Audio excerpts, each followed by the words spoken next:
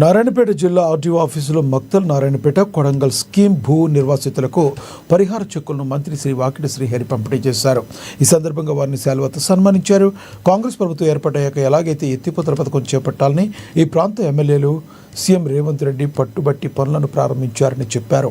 రైతులకు అందిస్తున్న ఎకరాకు 14 లక్షలు సరిపోవటం లేదని రైతుల నుంచి వచ్చిన నిరసనను సీఎంకు వివరించామన్నారు.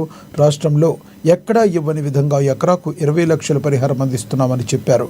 భూములు ఇచ్చిన రైతులకు కృతజ్ఞతలు తెలిపారు.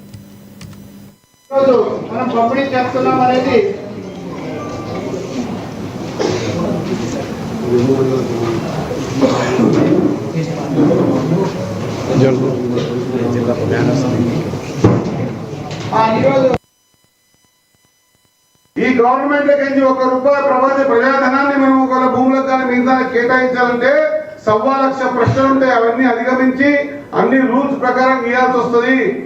ఇవన్నీ కాకుండా ఈ ప్రాంత బిడ్డ మన ప్రాంతవాసి నల్లమల బిడ్డ మన కొడంగల్ ఎమ్మెల్యే ముఖ్యమంత్రి అయిండు కాబట్టి మాత్రమే మక్తల్ నారాయణపేట కొడంగల్ ఎత్తిపోతల పథకానికి 14 లక్షల వరకు ఆగినటువంటి డబ్బుని ఏ డబ్బు అయితే రైతుల దగ్గర కూర్చొని మాట్లాడానని చెప్పి నన్ను శివకుమార్ రెడ్డి గారిని పర్ణికమ్మను పిలిపించి మాట్లాడినప్పుడు మేము రైతుల దగ్గర కూర్చొని మాట్లాడుతూనే ఉన్నాం. అందులో మాట్లాడినాక టకానా ఒకసారి మాట వరుసకు లేదు, ఆ రైతులందరూ కూడా 20 లక్షలు ఇస్తే సరిపోతుందని చెప్పేసి అని శివకుమార్ రెడ్డి అనేయటం. శివకుమార్ రెడ్డి అనగానే ఆ 20 లక్షలు గీతని గీసుకొని అందరూ 20 లక్షలు పట్టుకుంటా ఉంటే ఆ 20 లక్షల అనే మాటను నిజం చేయడానికి నా తల ప్రాణం పొగకొచ్చింది. అన్నం ఈజీగా అన్నం, కానీ అది 20 లక్షలు ఇవ్వకపోతే 19 లక్షలు ఇచ్చినా కూడా ఈ నుంచి రైతులు చెప్పాలంటే నేను ప్రతిమలాడిండొచ్చు, నా రైతుల కోసం అడుక్కునిండొచ్చు, లేదా కొంత ఇబ్బంది పెట్టి ముఖ్యమంత్రి గారు ఏమన్నా చేసిండొచ్చు.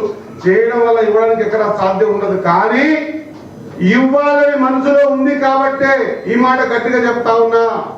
ఇవ్వాలని మనసులో ఉంది కాబట్టి ఒకటి మాట్లాడారు శ్రీహరి.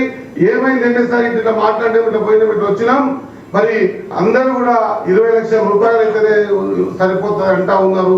మరి శివకుమార్ రెడ్డి గారు కూడా అట్లా అందరి మధ్యలో కూర్చొని ఆయన కూడా ఒకరోజు దీక్షలు కూర్చున్నాడు, అందరం కూర్చొని